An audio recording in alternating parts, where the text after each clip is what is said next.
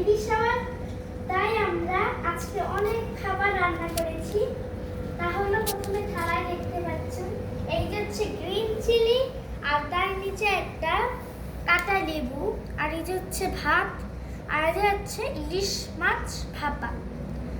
আর এই যে হচ্ছে বেগুন ভাজা, আর এই যে হচ্ছে কিছু শসা,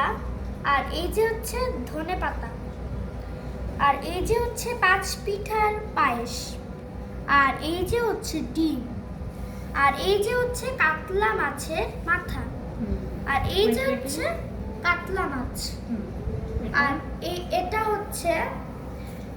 আস্ত মুরগির মাংস, আর এটা চিংড়ি মাছ, আর এটা মাটন, আর এই যে ইলিশ মাছের মাথা দিয়ে ডাল, আর এই যে 5 প্রকারের মিষ্টি, আর এই যে পায়েস,